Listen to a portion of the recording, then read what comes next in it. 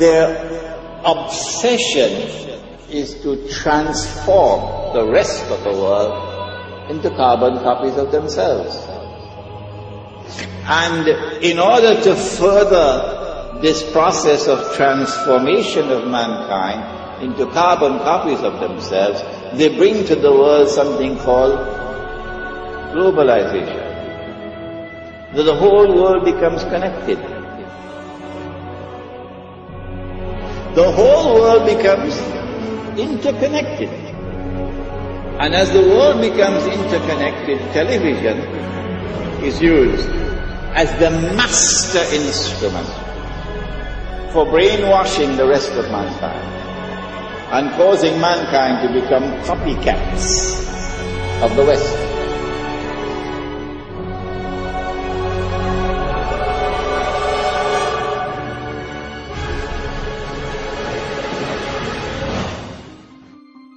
So in a sense, what we're seeing is using branding that is so enmeshed in our culture and in our lives as a way back into our own societies, a way to engage with globalization. Because if you pick up a shoe now, you have the story of globalization in your hand. You have leather that was maybe produced in Argentina, shipped to the Philippines, produced by a Korean subcontractor that went through a Hong Kong broker that was dealing with a company in Oregon.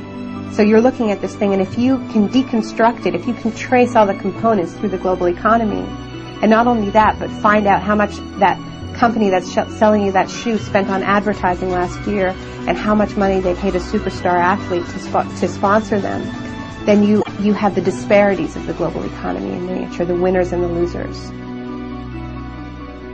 What we've seen in the past 6 years is an explosion of brand-based investigative activism, where you have campaigners that have looked behind the brand, peeled away the facade to see how the goods are produced.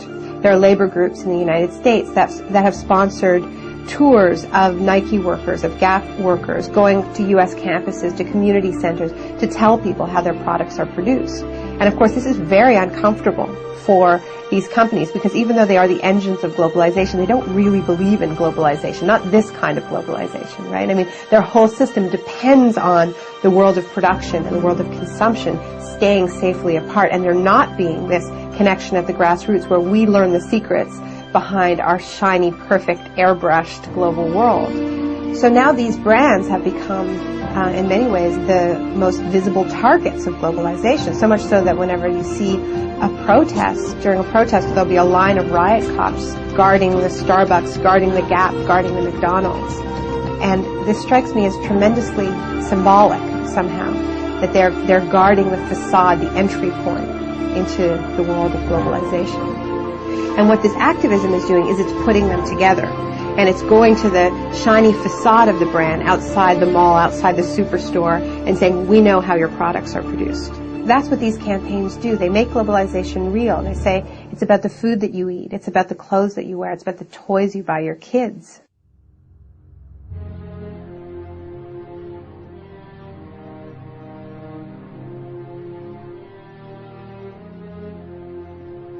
Globalization is a system that ties in industries from around the world to be working for the same business interests. A machine, globally fulfilling the needs of the few, teaching you that humanity will perish without it.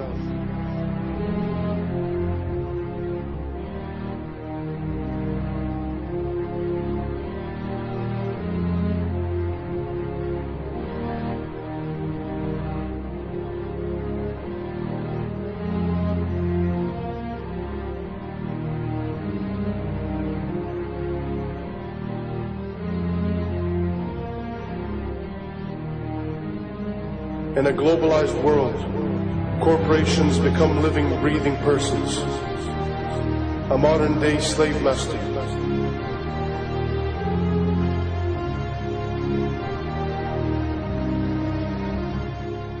These are a special kind of persons which are designed by law to be concerned only for their stockholders.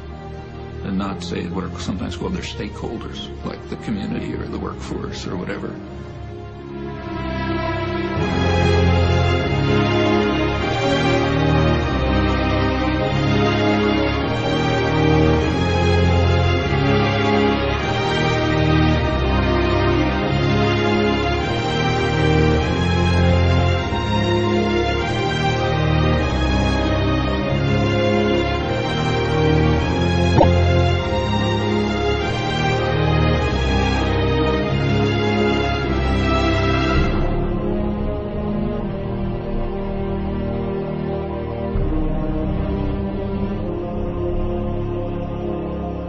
We are deceived into believing that without the system, we won't survive.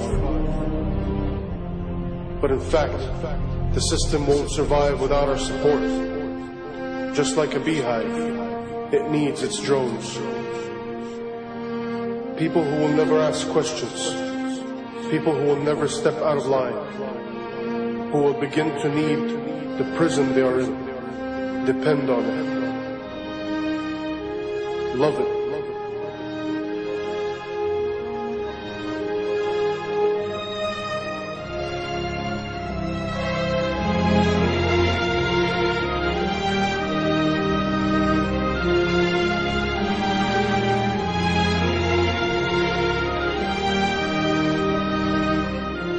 Have we lost our humanity? Have we become the gears of the machine?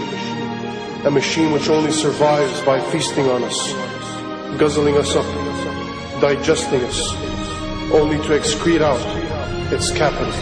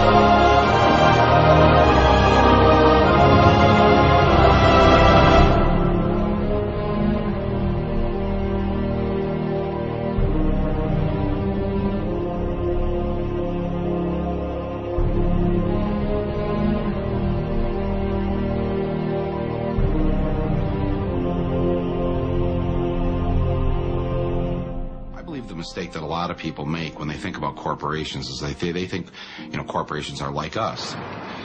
General Electric is a kind old man with lots of stories. Nike, young, energetic. Microsoft, aggressive. McDonald's, young, outgoing. Monsanto, immaculately dressed. Disney, goofy. The Body Shop, deceptive. They think they have feelings, they have politics, they have belief systems. They really only have one thing, the bottom line. How to make as much money as they can in any given quarter. That's it. Of course they make a profit, and it's a good thing. That's the incentive that makes capitalism work, to give us more of the things that we need.